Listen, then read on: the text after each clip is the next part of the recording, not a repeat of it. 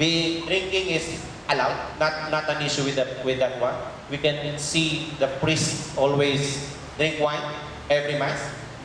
For some people, drinking wine is good for the stomach. It can be medicinal, really. In Europe, they drink wine every time.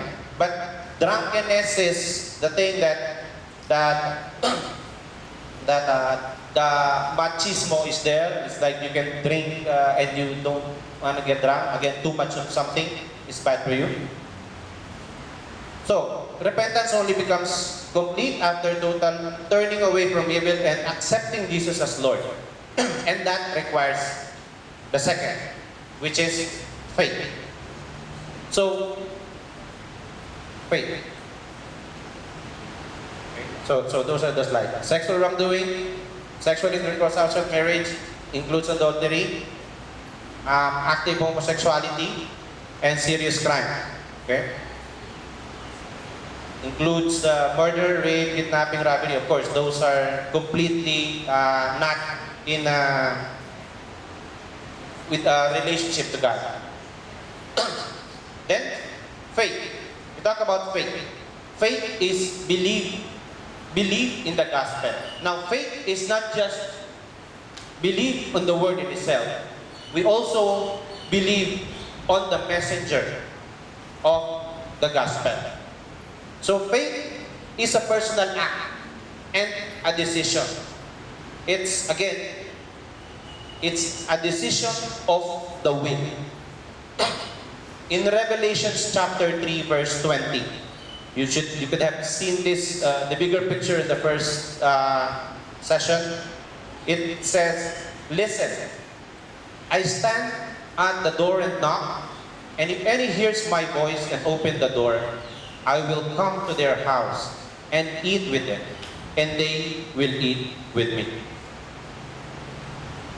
So faith is a personal act and decision, and it has several aspects. So let's try to understand what it is. First, it's a definite act. It's a definite act. We do this one, and because it goes together with repentance. So it's definite. And also faith is an individual act. It cannot be, oh, my parents have that faith, okay, pagdasal nyo na lang ako. Or probably someone coming from the pilgrimage, having this high and okay, just pray for me. It's also a deliberate act. We do it because we need it. It's an urgent act, right? Who amongst us plans of waking up tomorrow? So, it's an urgent act, right? Because, again, this is something that it is not up to our decision.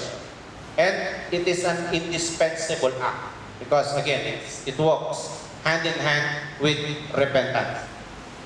Then, let's go to the other side. Let's try to understand what faith is not. So, faith is not just a feeling. Faith is not just a feeling.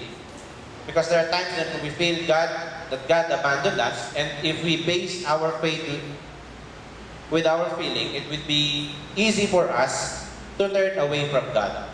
Rather, we need to accept God's word as truth, no matter what we feel. Also, faith is not just wishful thinking.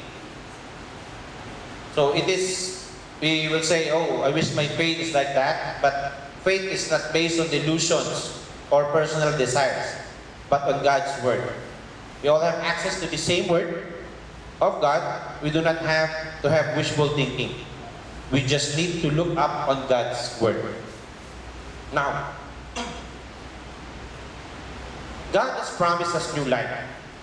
Faith is accepting that life and letting God show us how to live it. We must be willing to do whatever God wants of us and actually do it. Now, before we end, let's take a look at the consequences of repentance and faith. If we repent and believe in the gospel, what will happen? What's in it for me? It's always like that. Sales pitch. In Acts chapter 16, verse 31, it's a promise of salvation from sin. No matter how much we sin to God, our relationship with Him will be restored. It's a promise of forgiveness and eternal life with God. We are liberated from Satan. We can be brought from the kingdom of darkness into the kingdom of light. And also, in Luke chapter 11, verse 9 to 13, it's a promise of new life in the Spirit.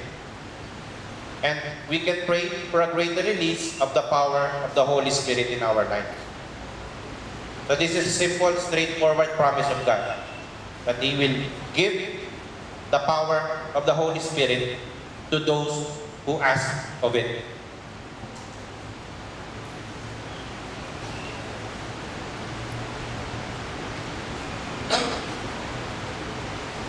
In conclusion, so 2,000 years ago, Jesus sounded the call of repentance and faith.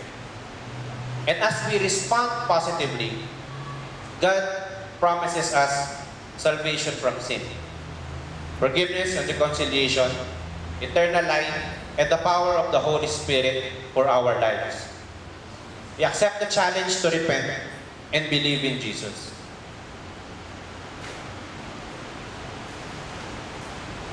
And for that, may God be praised.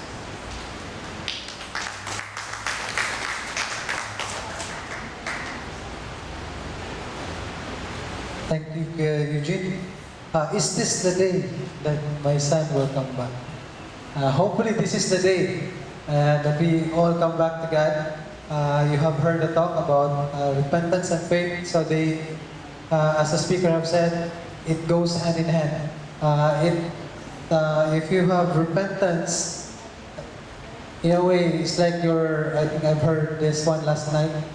It's like your motorcycle or your car, which needs a maintenance every now and then, right? So if we do have this repentance, that we turn away from all the wrongdoings that we have, we also need our faith to keep ourselves in that path. So we have maintenance not only for our car, but as well as ourselves. I think that's the reason also we go every Sunday to attend Mass, to have this maintenance with the love that we have, that the Lord has given to us. We attend there to have this maintenance with God. So, to continue with our session for today, we still have our discussions. So if you have some other questions, you can ask in the discussion group. So today we have 4 groupings. To begin with, the couples, men. You will be going with Kuya Arnan and Kuya Jigs, I think at the back. The one who will go with them is Christian, Roger, Gilbert, and Joel. At the back, sir. For couples, women, your discussion group leader is Ate Agnes and Ate Evie. Maybe you can stay here. Please go with them, Janet, Agnes, and